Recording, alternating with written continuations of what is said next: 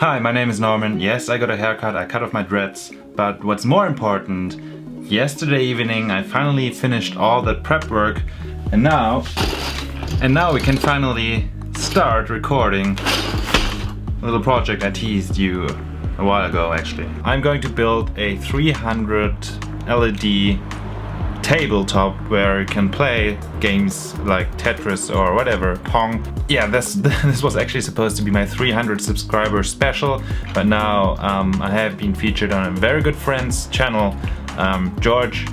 He's a really cool dude doing vlogs and stuff, so check him out definitely. And my subscriber have grown since then. Yeah, I'm kind of late, I'm sorry, but we're here. So before we do anything else, let me explain to you what I've planned. You know, because, well, there are a lot of parts here and you might be wondering what they are for, right? Okay, basically there are a lot of parts, but there are not many different parts. It's just like two different pieces. One of them is like a wall and the other one is a socket. They both fit together like so. And then, well, that's basically it. So because we have 300 of these sockets, it's gonna be a 15 by 20 table. Because we have 300 of those, it's going to be a very time-lapse heavy video today. Over the next couple of days or weeks or whatever, I'm going to build this together. I don't know yet if it's going to be like a 2-part video or 1 part, I don't know.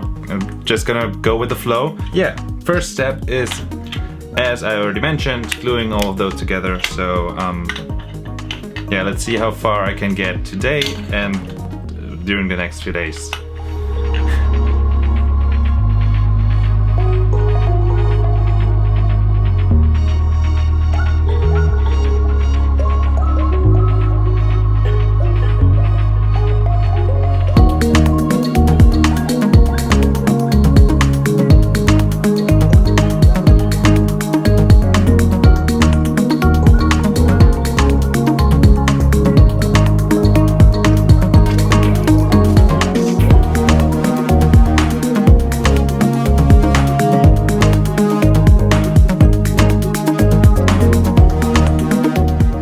So I went on with gluing all those parts together in groups of 25 because I thought that's just a nice number. You see me using wood glue because, well, it's a lot cheaper and also a lot more forgiving than the regular glue. So I figured that would be the better choice. So by now you might be having 2 questions. Number 1, why didn't I print this thing here in just one piece? And number 2, what are those cardboard boxes doing in my living room? Well, I'm going to answer the second question right away. I will be moving out of this apartment here. It's currently a shared apartment together with my brother. And finally, I got my own apartment, so more space for projects, but also more freedom and stuff, you know it. There is still a lot to do in the new apartment, which kind of messes up my schedule here with this project. But to save a little bit of stress, I slowly start packing and stuff so that I don't need to hurry later on. And these are all the winter stuff and all, which I don't need right now, so I just packed them already. So they're good to go. The answer to the first question is a little bit more trickier. Why didn't I print this in one run? So this question could actually refer to the entire piece, but also to every single one of these sockets. Yeah, I couldn't print the sockets in one run because it's not possible to print this shape here without having lots of support. And I didn't want to waste so much material, so I thought a little bit of extra work and I'm gonna be fine.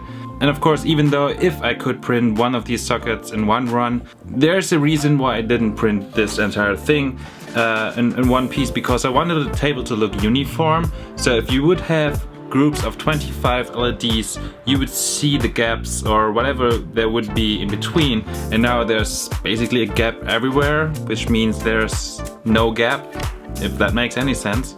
But I think you get the point. With every socket being solo, yeah, it's just gonna make like a very uniform look.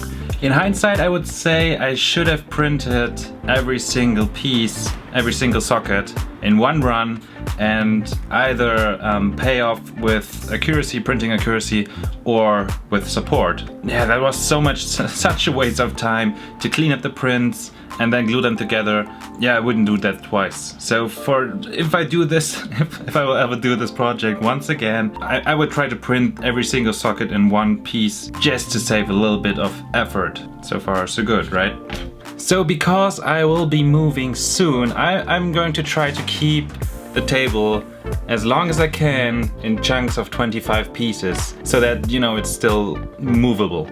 You know, the table won't be very big, like this, but still, yeah, it's a lot handier if it's small. Yeah, the next step will be putting every single LED inside. So I have 300 LEDs. This is 10 by 10, or one is missing because I wanted to have a single one. Here it is. This is a single one. These are 100. So at this point it's still possible that you haven't understood what I was actually talking about all the time. So the puzzle slowly comes together. Here's an LED. Here are the sockets, and you just slide the LED, well, you just slide the LED downwards, facing downwards inside, and then you apply a little bit of glue.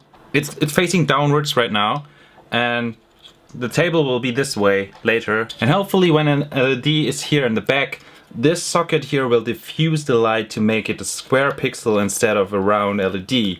I'm going to put all of those LEDs inside these designated sockets. Yeah, right now. So for this step I especially bought a hot glue gun. I actually have one in my drawer, but it's a wireless, it's battery powered. Yeah, it's really nice, it's really handy to not have that cable around. But I think when you have to glue like 300 pieces, infinite power is kind of handy. Yeah, let's do this, right?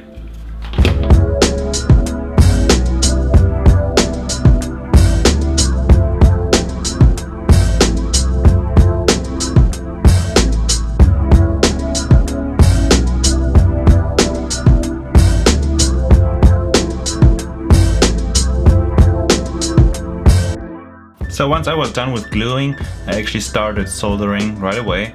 Just in case for whatever reason you're following this build, you're going to do yourself a huge favor if you apply the soldering tin beforehand. It's gonna speed up your work quite a lot because you don't need to switch tools, you don't need to switch between the cables and then the soldering tin again, and cable and soldering tin. You just have your soldering tin pre-applied everywhere where you need it later, and then you can go on to the next step, which is, well, soldering the wires themselves. It's pretty straightforward, just, you know, take the wire, unstrip it, and put it on. It's super easy because, well, you pre-applied that soldering tin, right?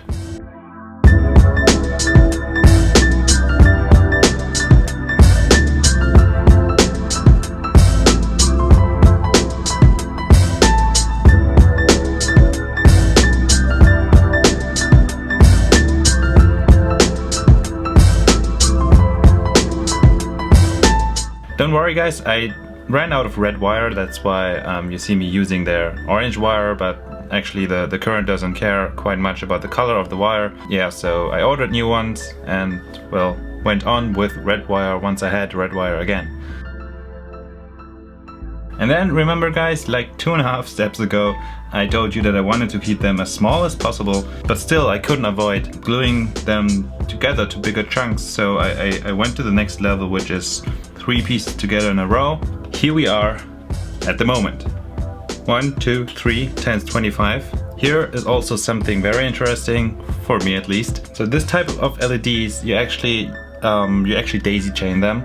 I think professionals call that serial wiring. Every LED is addressable, so I can write in the code which LED should glow in which color, so that the hardware knows which LED is actually addressed. It needs to be wired in series. The problem is, you know, 75 is quite okay, but having 300 LEDs, I think that's quite a lot of LEDs to run through one single thin wire here, and especially through one LED. I don't trust those that much. I don't feel comfortable doing that. It probably would work, but I don't know. What I'm doing is actually having the data flow in series, but the current flow in parallel. I don't know if this is a good thing to do, but I feel a lot more comfortable doing that. For me, it's a good thing to do, at least. I haven't tried this thing out yet, so what we are going to do now is going to be... I haven't turned on a single LED in this build, so just to give you an idea how long everything took, I finished the entire 10 seasons of Stargate SG-1 while doing this stuff here. I turned on the computer, watched, and you know, did whatever I do. Stargate is awesome, but still gives you an idea how long it took for everything. So how does it work? Okay, I have something prepared here. This is just like a breadboard, whatever it's called. Those things have a name, but basically it just gives you power for your breadboard. So this thing here has just DC voltage. I think it's 12 volts, 5 amps. So it goes in here, and then it's going to USB power the Arduino Mega. And then, well, we just plug in the wires here. Let's move the camera. Whoop. So we just plug in the wires into the right holes, I guess. VCC, ground, and the data goes directly into the Arduino. So I have actually already programmed a little testing software which is just going to light up one LED, hopefully. Well, actually I know it's doing this because I have been using this tester already for my other LED builds. Hopefully it should work. If it's not working, it's a hardware problem, not a software problem, which is always good to know. Guys, are you ready? So here's the on switch on this thing. I'm gonna press it, okay? 3, 2, 1. Oh, it's yeah, I should have reduced the delay between between the next LED, but it's good to know it's working, which is great. Yeah, hopefully every LED should light up, but because, well, I messed up with the delay, we're gonna wait for ages. For further testing, I'm going to reduce that delay. It's 1000 milliseconds, so we're gonna reduce that to 100 maybe later. Yeah, but I think it's working, which is a great relief because I wasn't quite sure about that. You know, that parallel wiring, which I did down below here.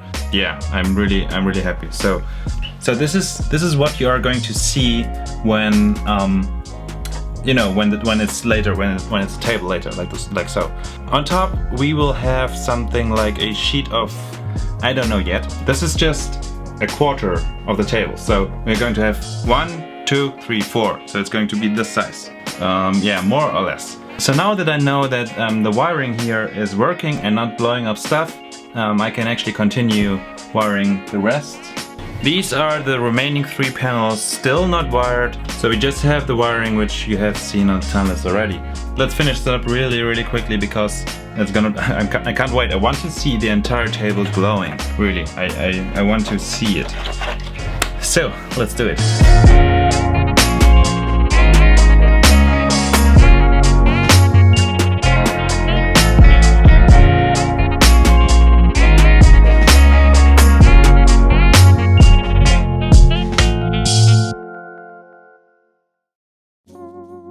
Okay guys, here we are again. Yeah, it's done. It's all wired up. So let me explain how it's working here. So this is the power supply I was talking about earlier. USB going into the Arduino Mega. Data from the Mega pin 2 into the first LED. The purple wire here is going back and the green wire is going front. So each and every LED receives its data in series. Power for the LEDs don't come from the Arduino itself. I was told that this is a bad idea for a large amount of LEDs. I don't know if this is a large amount, but yeah, I think it's always better to have a separate power supply. So the power supply supplies power, splitting the power 5 volts output, one here powering these two and one here powering these two. So every row is powered in parallel. It just feels, for me, it just feels a lot safer. Everything hooked up. Let's press this button here and see what happens, right? Ta-da! You can see I'm not very happy. I don't know if you can see. So the thing is, this works fine. But in case you are very good or very bad in Tetris, let me show you something when multiple LEDs light up. So I have reprogrammed my tester, you've seen it already here. It's programmed that every 83rd LED lights up. I just chose that number randomly, more or less. So now I'm going to reduce that number to, let's say 7, which means that every 7th LED is going to light up. Here we are, done uploading. I can plug it back in. Yeah, this is a little bit cumbersome. I'm gonna show you later why I'm doing this. So when I press the button now, just watch. Boom, frozen. And there's a reason for that. There are 3 color channels in each LED, red, green and blue. The red LED usually draws less power than green and blue. So I can power all of those in red, that's okay. But as soon as another color comes up, there's not enough power anymore for powering the Arduino. And also, basically this should be more greenish and not so orange. So the LED can't reproduce the proper colors because it doesn't receive enough energy. And also the Arduino cannot produce anything because it doesn't receive enough energy. And the problem is probably either this power supply or the power break over there. People who know electronics will probably can tell me that one of those is not sufficient enough, but I don't. I can't tell because I'm bad at this. I had the idea to just, power the Arduino from another power supply, so at least the code should be running, right? So when I power this thing from, let's say, a MacBook, let's see what happens. Press the button. It totally goes bananas. I don't know why. I have no idea what's happening here, but I think that's because the clock from the ticking which sends data isn't in sync with the power and all that. When the Arduino gets power from a different power supply, this is totally bananas. So I can't do that. Long story short, I need a stronger power supply, right?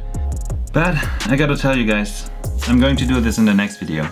Because right now I want to move out and there's so much to do. I spent the entire day yesterday working in my new apartment and I'm still not even halfway done. So I want to focus on moving out, renovating the apartment and moving all my stuff there, and then I can continue with this thing. So in the next video we are going to go on and address this power issue. We are going to install some of the buttons, or actually all of those buttons. I'm going to print something, a holder, so that, this is the button here. You can, it's a button, you press it. I think you get the idea. I'm going to print some holders so that you can maybe play this like a pinball machine. I don't know yet. So we are going to do this in the next video, but first I really want to focus on my private life and stuff. Yeah, I think you guys understand. So guys, thanks for watching. See you guys in part 2. Bye bye.